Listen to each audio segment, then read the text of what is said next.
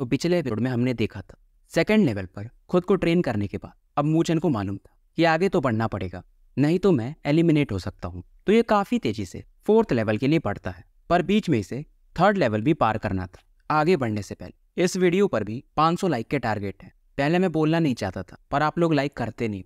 उम्मीद है वीडियो पर लाइक्स आ जाएंगे। खैर आगे बढ़ते। इधर बाहर से जो भी लोग इस सीन को देख रहे थे वो हैरान थे। मूचन का स्पीड पहले से भी काफी तेज था, खास करके वो हेवनली रॉक क्लैन वाला वो लियू चिंग।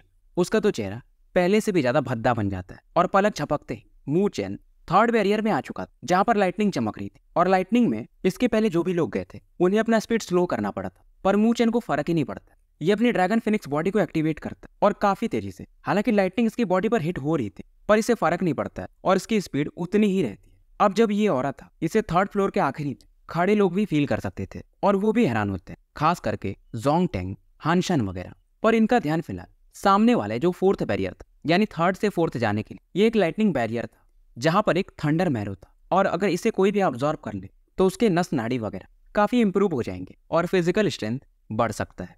लेकिन और एक मजेदार बात थी, आगे में बस 5 ही रास्ते थे या 5 ही क्वेश्चन थे। फिलहाल यहाँ पर 10 लोग पहुंचे थे और 5 अब यहाँ से एलिमिनेट होंगे। फोर्थ लेवल पर 5 ही लोग जा सकते हैं। जोंगटेंग अभी तक काफी खुश था कि 9 ही लोग हैं, मतलब वो मूचन एलिमिनेट हो चुका है और फिलहाल अब ये लोग आगे बढ़ने की तैयारी करते। तभी जब ये फ्लक्चुएशन फील करते हैं तो पीछे पलट के देखते। हैरानी इनको इस बात से हो रही थी कि जो बंदा आ रहा है ऑब्वियस था इनको कि वो मूचन है और उसकी स्पीड कम नहीं हो रही है। मू फैंग काफी खुश होता है और जोंगटेंग देखता है कि यार ये बंदा ये पहले से भी ज्यादा स्ट्रांग हो चुका है। और मूचन आते ही एक डायलॉग मारता है, सॉरी तुम लोगों को वेट कराने के लिए।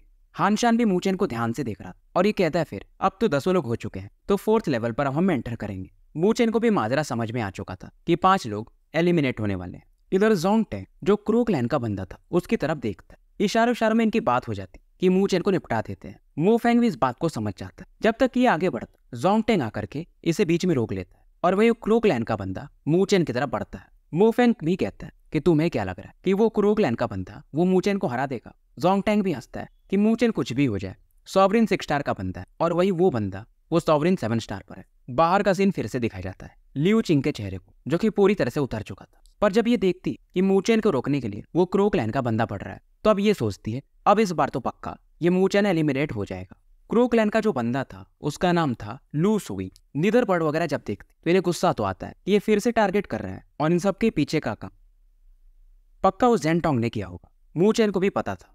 लू सुई मूचन के सामने खड़ा था और एक कोल्ड स्माइल इसे देता है। और लू सुई इतना सातिर, इसे मालूम था कि अगर मूचन को समय दिया गया तो वो स्पिरिचुअल एरे बना सकता है और सभी ने इसके एरेस को देखे थे कि वो कितना खतरनाक है। तो ये बिल्कुल भी समय नहीं देता है और हंसते हुए मूचन से कहता, क्या इस बार तुम अपने एरेस यूज नहीं करोगे? मूचन भी हंस के कहता कि यार हर बार एक ही चीज यूज करना मुझे मजा नहीं आता है, इस बार मैं तुम्हें कुछ और दिखाता हूँ। लू सुई कहता है कि भौकाली बोलना बंद करो, लगता है तुम मरना चाहते हो। और एक वॉयलेंट स्पिरिचुअल एनर्जी ये अपने आसपास कंडेंस करता है। ये अपने हाथों पर थंडर पावर को इकट्ठा कर चुका था और एक पाम अटैक मूचन की तरफ बढ़ा देता है। सभी लोग हैरान थे कि लू सुई सच में क्रू क्लैन का एक सुप्रीम टैलेंट है। इस बार मूचन की किस्मत काफी गंदी है और मूचन भी इधर रुकता नहीं, ये सीधा हेड ऑन फाइट लेने के लिए लू सुई की तरफ बढ़ जाता है। मूचन एक मुक्का बनाता है जिसके अंदर ड्रैगन रून्स के पावर काफी तेजी से क्लाइम करते हैं, मानो इसकी जो हथेली हो उस ड्रैगन क्लॉ अटैक से मर्ज हो चुकी है। और ये बोलता है ड्रैगन फिस्ट, बस नॉर्मल सा आवाज था। लू सुई काफी कॉन्फिडेंट था और इधर मूचन भी। अब मूचन का ये purple light dragon scale attack उस थंडर पाम से टकराता है और जब ये टकराता है तो स्पेस भी ऐसा लग रहा था कि कोलैप्स कर जाएगा। लोग इस बात पर हैरान थे कि मूचन हेड ऑन फाइट कर रहा है लू सुई से, जबकि दोनों के पावर लेवल में अंतर है। पर जैसे ही ये एक्सप्लोजन शांत हो, इनकी हैरानी देखने लायक थी। और जोंगटेंग की भी नजर, जो कि फिलहाल मो फैंग से फाइट कर रहा था, वो भी हैरान था फिलहाल। और इधर मो फैंग कहता है कि मैंने तुम्हें पहले ही कहा था जोंगटेंग, अगर तुम्हें लगता है कि मूचन को इतना आसानी से हराया जा सकता है तो ये तुम्हारी गलती है। जोंगटेंग कहता है ये तो अभी शुरुआत है, तुमने लू सुई का एक्चुअल पावर नहीं देखा है। फिलहाल मूचन कुछ कमेंट नहीं करता और ये दोनों अपने बैटल में लग जाते। वहीं इधर मूचन को दिखाया जाता है जो कि एकदम मजे से खड़े थे और लू सुई के चेहरे पर एक सिकन थी कि ऐसा कैसे हो सकता है। और ये सोचता है कि इस बैटल को मुझे जल्दी से खत्म करना पड़ेगा। फिर से एक बार ये थंडर पावर को इकट्ठा करने लगता है और वही दूसरी तरफ मूचन फिर से थंडर पावर को जब ये देखता है तो ये भी अपने ड्रैगन अटैक बनाना शुरू कर देता है। और इस बार जो मूचन का पावर ये पहले से ज्यादा ही फॉर्मिडेबल था। दोनों अपने पावर को फुलेश तक यूज करते हैं, पर लू सुई का अटैक इसमें क्रैक आने लगता है। कोई भी नहीं सोच सकता था कि एक नॉर्मल पंच इतना ज्यादा पावरफुल हो सकता है और इस अटैक की वजह से लू सुई काफी दूर जाके गिरता है। और इधर मूचन मानता नहीं, पलक झपकते ये कई मुक्के इसकी तरफ बढ़ा देता है और बार बार उन फिस्ट अटैक से टकराकर लू सुई काफी दूर जाके गिरता है। अब इस बार जब ये खड़ा होता है तो इसकी आंखों में डर था, एरोगेंस गायब हो चुका था। सभी लोग यही कहते हैं कि यार ये बंदा एक इंसान तो है, पर इंसान की शक्ल एक डिवाइन बीस्ट है। लू सुई इधर गुस्से में कहता है कि मू चेन छोड़ो, हमारा मेटल सेटल हो चुका है और अगर तुम फाइट करना चाहते हो तो फिर तुम भी इंजर्ड होगे। पर मू चेन को फर्क नहीं पड़ता, ये इसकी तरफ फिर से पड़ता है क्योंकि मू चेन एक अटैक इकट्ठा कर चुका है और अगर इसे ये रिलीज नहीं किया तो वो इसके लिए एक इंटरनल इंजरी बन सकती है। और इससे ये कहता भी कि अब मैं तुम्हें अपना असली पावर दिखाता हूँ। लू सुई का गुस्सा भी बढ़ जाता कि लगता है तुम मानोगे नहीं। ठीक है, फिर एक बार फिर से ये अपनी बॉडी से थंडर पावर को रिलीज करता है और वही मू चेन की बॉडी से ड्रैगन फिनिक्स फॉर्म होता है इसके फीस्ट अटैक में। और बात सही थी, अगर इस पावर को मू चेन रिलीज नहीं करता तो इसकी बॉडी खुद एक्सप्लोड कर जाती, क्योंकि जब आप कोई पावर अटैक में तैयार कर ले तो उसे आपको रिलीज करना ही पड़े, उसे फिर से आप निकल नहीं सकते। और इस बार लू सुई स्पेस से भी थंडर पावर को अपनी तरफ अट्रैक्ट करता है। ये इसका कोई परफेक्ट डिवाइन आर्ट था, जो कि शायद इसका ट्रम्प कार्ड भी था। इसे देखकर जोंग टैंग काफी ज्यादा सेटिस्फाइड था और मू फेंग का भी चेहरा फिलहाल थोड़ा सा उतर जाता कि क्या मू चेन इस अटैक को झेल पाएगा। और क्योंकि ये जोंग टैंग से बैटल कर रहा था तो ये मू चेन की हेल्प कर भी नहीं सकता था। मू चेन इधर एक गहरी सांस लेता है और वही इसकी तरफ वो थंडर सील अटैक जो लू सुई ने बढ़ाया था वो आ रहा था और ये भी अपने ड्रैगन फिनिक्स पंच को आगे बढ़ा देता है। इस बार इसने जो टेक्निक यूज किया था वो पहले से अलग था। इसके राइट हैंड पर ड्रैगन पावर था और वहीं लेफ्ट हैंड पर फिनिक्स पावर, और दोनों पंच ही एक साथ मारते। जैसे ही दोनों अटैक निकलते, सामने में एक ड्रैगन और साथ में एक फिनिक्स निकलते और दोनों एक दूसरे में ऐसा लुढ़ियाने लगते और आगे बढ़ते हैं। एक जो अटैक था उसे मू चेन रियल ड्रैगन फिस्ट बोलता है और वही फिनिक्स वाले अटैक को ये रियल फिनिक्स पाम अटैक बोलता है। अब इसके अटैक उस थंडर सील से जाकर टकराते हैं। हालांकि जब मू चेन ने ऑरा रिलीज किया तो लोग इस बात पर हैरान थे कि इस बंदे के पास ड्रैगन पावर और फिनिक्स पावर वो भी रियल कहां से आया, जबकि ये इंसान है। वही लू सुई का जो थंडर सील अटैक था, जो कि पहले काफी तेजी से बढ़ रहा, अब वो धीरे धीरे रुक जाता है और समय के साथ इसमें क्रैक्स भी आने लगते हैं। लू सुई को समझ में आ चुका था, अब ये यहाँ से भागने लगता है। पर ये भाग कहाँ पाता, इसका सील अटैक डिस्ट्रॉय हो जाता और वही जो ड्रैगन था और फिनिक्स था इसकी तरफ एक रोर के साथ बढ़ते हैं और जैसे इसकी बॉडी से टकराते इस बार ये पूरी तरह से खून से भर जाता है और जमीन पे जाके गिरता है। मू चेन फिर से इसकी तरफ पड़ता है और लू सुई जानता इस बार तो ये मारा जाए, तो ये तुरंत यहाँ से भाग जाता है और बॉडी रिफाइनिंग टावर बाहर निकल जाता है। अब इधर मू चेन बाकियों से पूछता है क्या कोई और भी मुझसे फाइट करना चाहेगा। सभी को समझ में आ चुका था तो कोई आगे नहीं आता और वही बाहर खड़ी वो लड़की, उसे भी समझ में आ चुका था कि ये मू चेन नॉर्मल तो नहीं है। फिर भी ये मन में सोचती कि ये इतना स्ट्रॉन्ग कैसे हो सकता। और वही इसके बगल में जो इसका साथी खड़ा था जिसे मू चेन ने इंजर्ड किया था, जोंग यान, वो तो बस यही सोच रहा था कि मू चेन ने मुझे हराने के लिए एरे यूज किया था, अगर ये वाला अटैक ये यूज करता तो मेरा क्या होता। पर फिर भी ये लोग कहते कि हमारे बिग ब्रदर जोंग टैंग इस मू चेन को हरा देंगे। लू सुई बाहर आ चुका था, ये नाराज तो था पर बाहर में नाइन निदर भी थी तो इसे चुपचाप यहाँ से निकलना पड़ता है। और नाइन निदर भी थोड़ी सी सरप्राइज थी कि मू चेन का जो फिजिकल स्ट्रेंथ वो फिर से एक बार बढ़ चुका है और ये अंदर से काफी खुश थी कि जब मू चेन शायद 4th लेवल पर एंटर करेगा तो इसका स्ट्रेंथ पहले से काफी ज्यादा बढ़ जाएगा। मू चेन ने अभी जो अटैक यूज किया था वो ड्रैगन फिनिक्स स्क्रिप्चर अटैक था और ये खुद सरप्राइज था कि ये अटैक इतना पावरफुल हो सकता है। शायद ये सुपर पावर लेवल यानी जो डिवाइन आर्ट होते हैं, परफेक्ट डिवाइन आर्ट, उससे भी ऊपर का अटैक माना जा सकता है। और वही जोंग टैंग, उसे मालूम था तो जो मू फेंग से ये बैटल कर रहा था उसे छोड़ के हट जाता है। हालांकि इस दौरान मू चेन एक लुक देता है कि तुम्हें भी बताता हूँ। बाकी लोग भी उधर अपना बैटल समाप्त कर लेते तो 10 लोगों में से लू सुई तो पहले ही बाहर निकल चुका था। अब इधर जीतने वालों में इसके अलावा जोंग टैंग, मू फेंग, हान शान वगैरह थे और लास्ट बंदा जू कुन था। तो ये 5 लोग अब बचते हैं और सामने में इनके एक बैरियर था जिसके अंदर में वो थंडर मैरो था और इन 5 की नजरें फिलहाल उसी पर टिकी हुई थी। थंडर मैरो ग्रेट 1000 वर्ल्ड में भी काफी रेयर माना जाता है। अगर आप इसे खरीदना भी चाहते तो अच्छा खासा पैसा देना पड़ेगा और यहाँ पर तो ये फ्री में मिल रहा है। मू चेन को भी मालूम था ये सही अपॉर्चुनिटी है, इसका बॉडी अब बैप्टिज्म में जा सकता है। सामने में इनके 5 लाइट बीम्स दिखती हैं, थंडर वाली और हान शान इनमें से एक को एब्जॉर्ब करने लगता है और इसमें आप कोई स्पिरिचुअल पावर यूज नहीं कर सकते, सीधा सीधा इसको रिसीव करना पड़ता है। अब ये जो लाइट स्ट्रीम थी इसके बॉडी से आके टकराती, ये पेन में तो था, इसके बॉडी में कुछ होल भी हो जाते, पर ये पावर इसके फ्लैश और ब्लड में मिक्स होने लगता है और ये प्रोसेस आधे घंटे तक चलता है। जब ये अपने कल्टीवेशन से जाग तो इसका फिजिकल स्ट्रेंथ बढ़ चुका था। और वहीं दूसरी तरफ मू चेन, मू फेंग वगैरह सेम प्रोसेस से गुजरते हैं, बाकी भी। पर बाकियों से मू चेन का प्रोसेस थोड़ा अलग था। ये जो थंडर मैरो पावर था इसकी बॉडी में ज्यादा दूर तक नहीं पहुंच पाता क्योंकि ड्रैगन फिनिक्स जो टैटू थे वो इसे ज्यादा एब्जॉर्ब कर लेते हैं और धीरे धीरे इनकी आंखें और भी खुल रही थी और इन्हें और भी पावर चाहिए था। और इसे मालूम अगर यहाँ पर ये ड्रैगन फिनिक्स स्क्रिप्चर में 2nd लेवल पर नहीं जा पाए तो इसे 1 साल और लग जाएगा और ऐसा ये चाहता नहीं था। और फिलहाल स्पेस से 10 लाइटनिंग इनके तरफ फिर से आती है और सभी में थंडर मैरो का पावर था और मू चेन इन्हें भी एब्जॉर्ब करने लगता है और 200 को एक साथ। बाकी तो डर जाते हैं, क्या ये बंदा पागल है, एक लाइटनिंग को हम झेल नहीं पा रहे थे और ये 200 को एक साथ।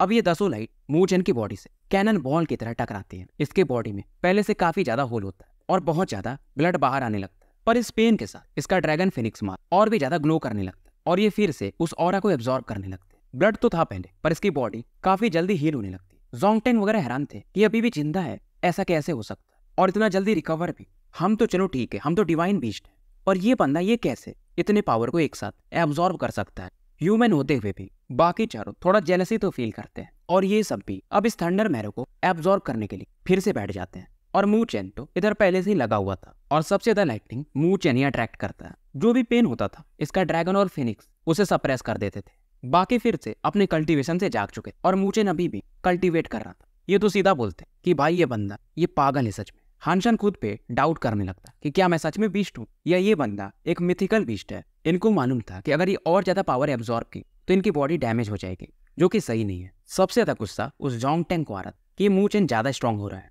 मुझे जल्दी से इसे निपटाना पड़ेगा। समय बीतते जाता और ये सभी लोग 4th फ्लोर के काफी करीब आ चुके थे और थंडर मैरो बैप्टिज्म से इन चारों को भी काफी फायदा हुआ था। मू चेन भी जाग चुका था और ये अपने ड्रैगन फिनिक्स मार्क को चेक करता। दोनों पे जो लाइट था काफी बढ़ चुका था। इसके फिनिक्स विंग भी पहले से काफी सुंदर हो गए थे और इतना भी इसे समझ में आया कि अगर एक सॉवरिन 6 स्टार का बंदा इसके सामने हो तो बस ये अपने एक सिंपल पंच से बिना स्पिरिचुअल एनर्जी यूज किए उसे इंजर्ड कर सकता है। मू चेन इनके सामने आ जाता है और ज़ोंगटेंग फिर से वही बात सोच रहा था कि ऐसे दुश्मन को जल्दी से खत्म करना पड़ेगा। मू चेन को भी 4th फ्लोर से काफी उम्मीदें थी और ये मन ही मन कहता कि 4th फ्लोर मुझे निराश मत करना। ये भी एक ही चीज सोच रहा कि जैसे ही मेरा dragon Phoenix scripture 2nd level पर पहुंचेगा इस ज़ोंगटेंग को मैं निपटा दूंगा। 4th लेवल पर ये फाइनली एंटर करते। यहाँ का जो माहौल था काफी ओल्ड जैसा दिख रहा था। जमीन पर कुछ एंशिएंट रॉक्स वगैरह पड़े हुए थे। अब मू चेन मो फेंग से इस जगह के बारे में पूछता है। मो फेंग इसको सामने की तरफ दिखाता है।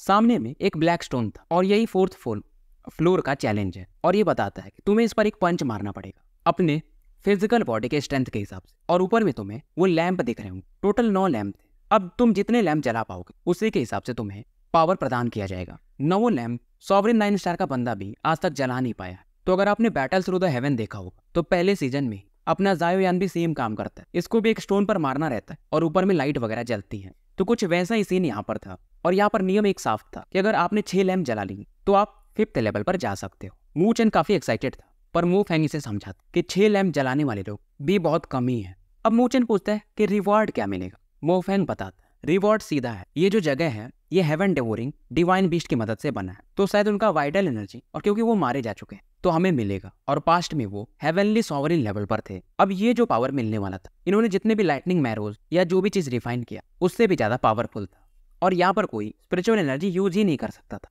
सभी के स्पिरिचुअल पावर अपने आप ही सप्रेस हो जाते हैं और कोई भी यहाँ पर एक ही बार ट्राई कर सकता है। फिलहाल यहाँ पर सन्नाटा सा छा जाता है। बाहर में लोग चर्चा करते कि हानशान तो ये आराम से 6 लैंप जला देगा क्योंकि इसका जो मॉर्टल पावर है यानी फिजिकल पावर बाकियों से ज्यादा है। 9 निदर और मोलिंग को भी दिखाया जाता है। दोनों मू चेन और मू फेंग को लेकर कॉन्फिडेंट तो थी पर थोड़ा बहुत इन्हें कंसर्न भी था। अब जब देखता है ज़ोकुन कि कोई आगे नहीं बढ़ रहा है तो सबसे पहले यही आगे आता है और पूरा अपने जोर लगा के एक पंच इस ब्लैक मोन्यूमेंट पर ये मार देता है। इसके पास जो पावर था ये डेमोनिक एलिफेंट क्लैन का था तो पूरे इसके नस वगैरह दिखते हैं जब ये अटैक करता है तो। और पंच के बाद इसके मुक्के पर खून आ गया था। अब इस दौरान लाइट जलना शुरू हो जाती है। 5 लाइट तक जाने के बाद 6वीं लाइट जल नहीं पाती। ज़ोकुन काफी निराश था। 6 क्योंकि ये जला नहीं पाया तो 5th लेवल पर ये जा नहीं सकता था तो इसका एलिमिनेशन यहीं से हो जाता है। हालांकि इस दौरान वो जो ब्लैक स्टोन था वो थोड़ा सा हिलता है और उसमें से एक ब्लड जैसा पावर ज़ोकुन की बॉडी को कवर कर लेता है। ये था इसका रिवॉर्ड 4th फ्लोर तक आने का और पहले से ये भी फील करता कि इसका जो फिजिकल स्ट्रेंथ बॉडी का टफनेस है वो बढ़ चुका है और उसके बाद ये यहाँ से निकल जाता है। इसके बाद ज़ोंगटेंग ये आगे आता है और तुरंत ये अपने बीस्ट फॉर्म में बदल जाता है और एक पावरफुल पंच ये भी इस हेवनली स्टोन पर दे मारता है और इसकी स्पीड जो थी वो ज़ोकुन वगैरह से तेज थी और जपाक से 6 ब्रॉन्ज लैंप जल जाते हैं। मन ही मन मू चेन भी तारीफ करता है कि ये बंदा कैपेबल तो है। मू फेंग भी हाँ में जरी लाता है और इसे भी सेम कुछ वैसा ही पावर मिलता पर ज़ोकुन से ज्यादा पावरफुल इसे ये रिसीव करता है और इसका भी पावर लेवल थोड़ा बढ़ जाता है। इसके बाद मू फेंग आगे जाता है और ये अपने फिनिक्स फॉर्म में नहीं बदलता बस सिंपल सा एक पंच मारता। हालांकि इसने जब पंच मारा तो एक फिनिक्स क्राई को साफ सुना जा सकता था और ये भी 6 लैंप को एक ही साथ जला देता है। ज़ोंगटेंग हैरान था। वैसे तो ये जानता था कि मू फेंग इसके बराबर का ही बनता है। हैरानी इस बात पर थी कि जो 7वां लैंप था वो थोड़ा सा जलता है, पर ये तुरंत ही बुझ जाता है। तो अगर माना जाए तो 6 लैंप भी इसने जलाए थे। हानशान इस दौरान पूछता है कि ब्रदर फेंग, क्या आप फिनिक्स क्लैन से हो? पर मो फेंग ज्यादा कुछ बताता नहीं, इसीलिए तो इसने अपने बीस्ट फॉर्म को भी एक्टिवेट नहीं किया था, और इसे भी वो वाइटल इसेंस मिलता है हेवन डेवोरिंग डिवाइन बीस्ट का। अब इधर हानशान ये कहता है कि यार मुझे कब से खुजली हो रही, तो मैं चलता हूँ मूचेन, अब मुझे ट्राई करने दो। मूचेन हाँ में सर हिला देता है। बाकी सभी भी ये बात मानते थे कि फिजिकल पावर में हानशान इनसे बेहतर है।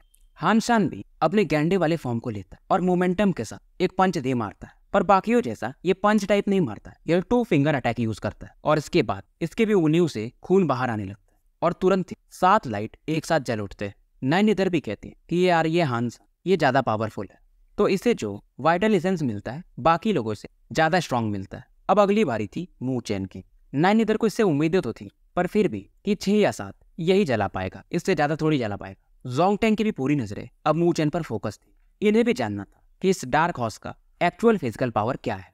मूचेन को भी नहीं मालूम कि ये कितने लैंप जला पाएगा, पर ट्राई करने में क्या जाता है। ये तुरंत ही अपने ड्रैगन फिनिक्स बॉडी को एक्टिवेट करता है और इसके पूरे पावर को यूज करता है, अपनी बॉडी को लिमिट तक एकदम पुश कर देता है। और इसके वजह से जोंगटेंग, हानशान और बाकी लोग एक प्रेशर इसकी बॉडी से फील करते हैं, और स्पेस में ड्रैगन की दहाड़ और फिनिक्स के क्राई दोनों को सुना जा सकता था, और वो भी रियल ड्रैगन और रियल फिनिक्स। और ये जो फोर्स था जो इसने यूज किया था इस बार जब इसने लू फुई को मारा था, उससे भी ज्यादा स्ट्रांग था। हानशान भी कह यार ये बंदा सॉवरिन 6 स्टार का है, पर इतना पावरफुल प्रेशर है, ये तो उससे कहीं ज्यादा है। एटलीस्ट ये मुझे भी शायद सरपास कर सकता, इसको ऐसा शंका तो हो ही जाता है। और मूचेन जब एक फिस्ट अटैक मारा तो इसके फिस्ट में ड्रैगन और फिनिक्स दोनों का पावर मिक्स था और एक ब्लड लाइन सप्रेस।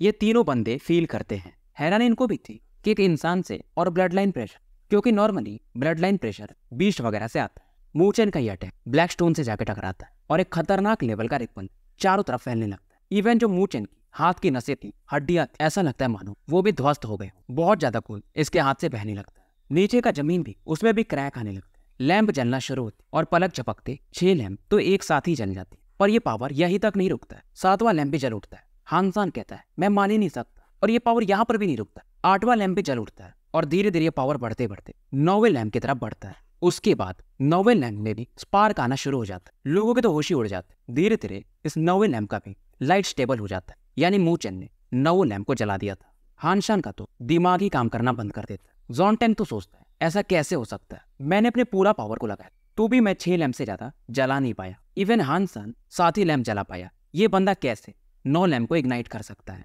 और बड़ी बात ये सॉवरिन 6 स्टार पर है और साथ में एक इंसान है। बाहर के लोगों का भी सेम एक्सप्रेशन था। नाइन इधर को लगा था कि चलो मूचेन 6 या 7 पर 9 की उम्मीद इसने भी नहीं की थी। लियू चिंग का तो कहना ही नहीं, ये तो एकदम चुप हो जाती है। और जोंग सोचता है कि अगर मूचेन ये पंच मुझे मार तो शायद मेरी हड्डी भी नहीं बचती। इधर वो मोलिंग वो तो काफी खुश थी कि बिग ब्रदर मूचेन काफी पावरफुल है, पर नाइन इधर से समझाती कि देखो मूचेन पावरफुल है, पर तुम्हारा भाई मो फेंग वो भी कम नहीं है। मूचेन का बस फिजिकल पावर चाहता है। इधर मूचेन अपने होश में जब आता तो इसका हाथ काफी पेन कर रहा था और ये पावरलेस फील करता है। इस दौरान वो ब्लैक स्टोन टैबलेट फिर से वाइब्रेट करता है और रेड लाइट मूचेन को घेर लेती। मूचेन भी फील करता है कि इसका पावर तेजी से रिस्टोर हो रहा है और जो इसकी नस नाड़ियां फ्लैश वगैरह है वो पहले से भी ज्यादा स्ट्रांग हो रहे हैं।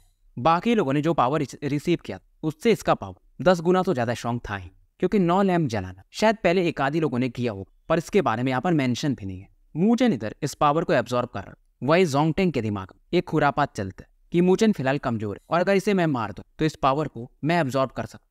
और ऑफ केओस भी इसे कहा जा सकता है। और एक पावरफुल अटैक बनाकर ये मूचेन की तरह पड़ता है दूर से, यानी स्क्रीन से बाहर से। जब नाइन इधर इस सीन को देखता तो इसे काफी गुस्सा आता। ये तो अपने दांत को कस के दबाने लगती है कि अगर मैं वहां पे रहती तो इसे बताती थी अच्छे से। मू फेंग समझ चुका और ये तुरंत ही कहता है जोंगटेंग अगर एक कदम भी आगे बढ़ा तो मैं तुम्हें छोड़ूंगा नहीं। जोंगटेंग अब ज्ञान देता है कि देखो भाई ये मूचेन तुम्हारे क्लैन का है नहीं, तो तुम क्यों फालतू में हमारे हेवन रॉक क्लैन से एक इंसान के लिए दुश्मनी करना चाहोगे। पर मू फेंग कुछ बोलता नहीं है, सीधा बोलता है वही बात कि आगे मत बढ़ना। पर जोंगटेंग के अंदर एक किलिंग इंटेंट तो जाग ही चुका था कि एक इंसान मुझसे कैसे जीत सकता है। और ये हानशान को भी इशारा कर कि तुम भी आ जाओ, इसमें तुम्हारा भी फायदा है, तुम भी उस केओस पावर को एब्जॉर्ब करके अपना पावर लेवल काफी बढ़ा सकते हो। बात तो ये सही कहता है। अब हानशान भी सोचने लगता है। नाइन इधर भी जब इस सीन को देख तो समझ जाती है कि खतरा काफी बढ़ चुका है। अब 2 लोग जब फाइट करेंगे तो मू फेंग इन्हें नहीं रोक पाएगा। और वही मूचेन की हालत काफी खराब थी, यह भी रिकवर कर रहा था और उस पावर को एब्जॉर्ब कर रहा था। बाहर खड़ा वो लूस हुई यानी अपने क्रो क्लैन का बंदा, वो तो काफी खुश होता है कि चलो कोई नहीं, मैं नहीं तो जोंग टेंग ही से, पर अब ये मूचेन इस बार मारा जाएगा। इधर हानसन अपने विचारों में था और ये सोचता है कि ये मूचेन काफी खतरनाक बंदा, एक डेंजरस फीलिंग ये मूचेन से सेंस कर चुका था कि चलो मान लो ये पावर को तो मैं एब्जॉर्ब कर लूँ और मूचेन गलती से बच गया तो आगे में तो पक्का ये मुझे छोड़ेगा नहीं। तो ये तुरंत ज़ेनटोंग को मना कर देता है कि ज़ेनटोंग तुम ही इस अपॉर्चुनिटी का फायदा उठा, मुझे कोई इंटरेस्ट नहीं है। पर ज़ेनटोंग मानता नहीं, ये फिर से आगे बढ़ता। वो फैंग इसे रोकने की कोशिश करता और एक पावरफुल पंच इसकी बॉडी पर दे मारता, पर फिर भी ज़ेनटोंग रुकता नहीं कि मैं इस अटैक को तो ले लूंगा पर इस मूचेन को छोड़ूंगा नहीं, और एक टेलीपोर्टेशन पावर ये यूज करता है। एक डिवाइन फेदर अटैक था जो शायद इसके क्लैन एक डिवाइन वेपन भी था, ये मूचेन की तरफ इसे बढ़ा देता है और ये पक्का था कि मूचेन की फिलहाल जो स्थिति है, अगर ये अटैक उसकी तरफ पहुंचे तो मूचेन कुछ कर नहीं पाएगा। सभी लोगों को लगता है क्या ये ब्लैक हॉर्स यानी कि मूचेन अब ये मारा जाएगा, पर जैसे ही वो स्वॉर्ड फेदर अटैक मूचेन के एकदम हेड के करीब पहुंचता है, अचानक से मूचेन अपनी आंखें खोलता है और इसे पकड़ लेता है। स्टोरी यहीं पे समाप्त करते हैं और मिलते हैं फिर कल एक नए वीडियो के साथ।